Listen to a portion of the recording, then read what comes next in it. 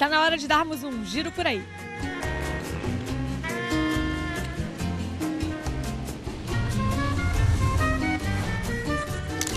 A Ilha do Sal está localizada a norte do arquipélago, no grupo de ilhas do Barlavento, em Cabo Verde. A Vila dos Espargos é a capital e a cidade mais populosa. Ao sul da ilha encontra-se a pitoresca Vila de Santa Maria, com 8 quilômetros de praia, considerada a zona turística do Sal.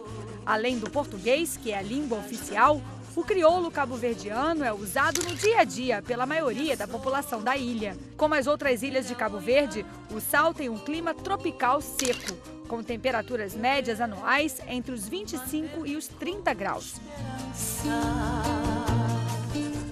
A Ilha do Sal é um dos melhores lugares do mundo para a prática do windsurf. Vale a pena conhecer as salinas, o artesanato local e a arte do jambé, o funaná, a dança típica da região, e as famosas miragens no deserto. A Record Viagens leva você a Cabo Verde. Para mais informações, entre em contato conosco.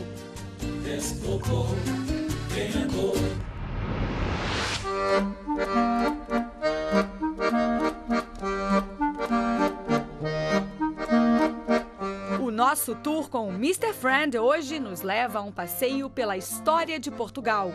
O roteiro privado começa em um dos palácios mais emblemáticos do país. Situado a cerca de 12 quilômetros de Lisboa, no caminho para Sintra, está o Palácio de Queluz, um dos últimos grandes edifícios em estilo rococó erguidos na Europa. O tour começa no Palácio de Queluz, um palácio que tem uma relação bem estreita com o Brasil, não é isso, Eduardo? É verdade, é verdade. O Palácio de Queluz, por acaso, é talvez um dos palácios mais elegantes dentro desta oferta que há entre Lisboa, do eixo de Lisboa, Sintra e Cascais. É um palácio mais elegante e, claro, com uma grande relação com o Brasil, porque foi aqui que o Pedro I, Pedro IV português, nasceu e quis morrer, em 1834. Nasceu aqui em 1798 e depois quis morrer aqui também. Depois de tanto lutar no Porto e nas guerras liberais, veio aqui também quis morrer no quarto Dom Quixote, aqui dentro. O Palácio de Queluz é um dos mais conhecidos e visitados monumentos de Portugal. O acervo do palácio é composto por uma valiosa coleção de mobiliário português, ourivesaria, tapetes de arraiolos e retratos reais. Essas duas salas, a sala da música e a sala do trono, são as duas salas mais importantes do Palácio de Queluz, não é isso? Podemos dizer que sim, são as salas onde se faziam as recepções, aliás ainda hoje são feitas recepções cá, e são as salas onde se faziam, claro, onde havia as grandes festas na altura da corte. Uma sala muito bonita, toda ela é por causa dela que chamamos também a Pequenina Versalhes. Toda ela aproveita a luz que vem dos jardins, toda ela muito bem entalhada pelos melhores artistas do estilo da época, e de facto é talvez a sala que nos ajuda um bocadinho mais a perceber a atmosfera da época. É museu, pousada e restaurante. Mas desde 1957, o Palácio de Queluz passou a ser também residência oficial de chefes de Estado estrangeiros em visita a Portugal.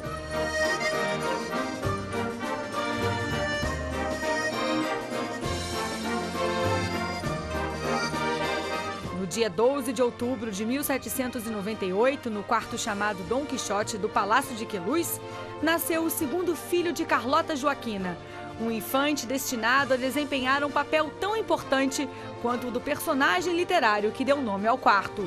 O quarto Dom Quixote é onde nasceu e morreu Dom Pedro I.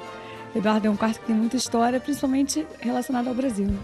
Eu acho que talvez seja o quarto mais bonito do palácio. É um quarto muito bonito. Ele aparentemente é redondo, embora seja feito uma sala quadrada, e sobretudo até por ser o quarto Dom Quixote. Dom Quixote é um bocadinho como o Pedro, o vosso Pedro I, Pedro IV português, foi também um cavaleiro errante, corajoso, foi o nosso rei soldado, que nos trouxe e que nos fez ganhar a causa liberal. E talvez por isso ele quer aqui também, depois, onde ele nasceu, depois em 1934, ele fez questão de vir aqui morrer. Mas a beleza do Palácio de Queluz não está só no interior. Os jardins do Palácio de Queluz também impressionam.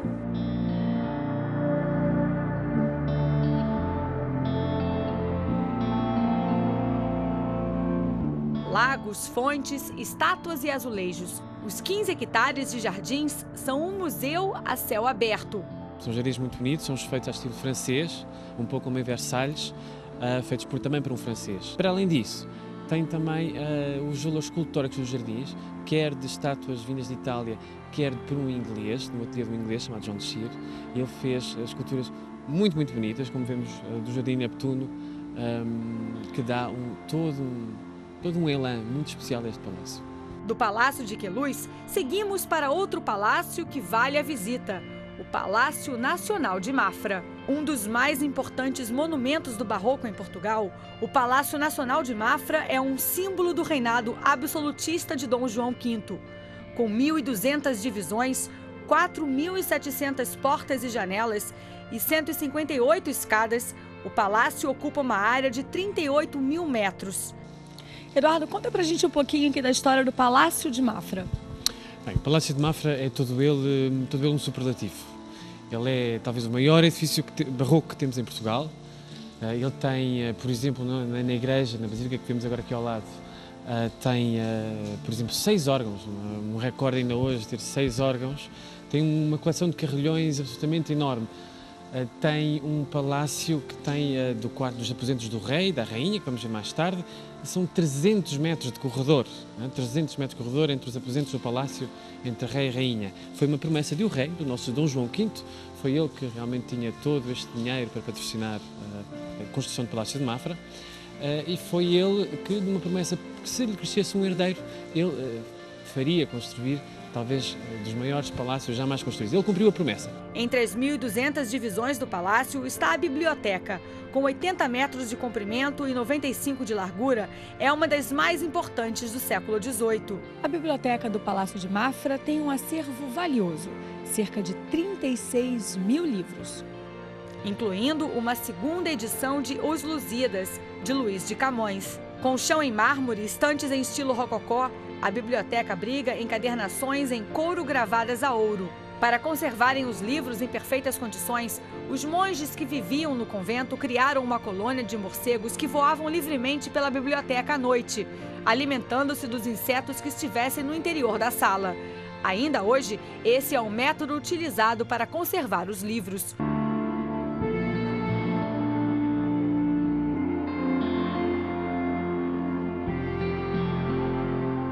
Esse é um dos aposentos mais importantes do Palácio de Mafra. Eduardo, por quê?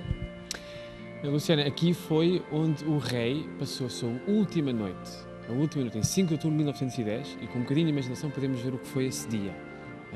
Com a implantação da República em Lisboa, com a Revolução que foi em Lisboa, com a implantação da República, ele em fuga, caminho já da Ericeira, para partir de barco depois para a Inglaterra, onde passou os seus últimos anos de exílio, ele dormiu aqui, a última noite. O rei Dom Manuel II. O rei Dom Manuel II, na noite de 5 de outubro para 6 de 1910.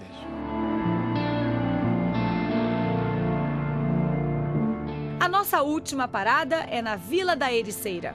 Foi aqui desta praia, na Ericeira, que o rei Dom Manuel II partiu para o exílio na Inglaterra. O episódio da fuga de Dom Manuel II da Praia dos Pescadores tornou-se um marco da história da vila no último século. Na Praia da Ericeira, o nosso tour chega ao final, mas semana que vem continuamos a desvendar mais segredos bem guardados de Portugal com o Mr. Friend. Até lá!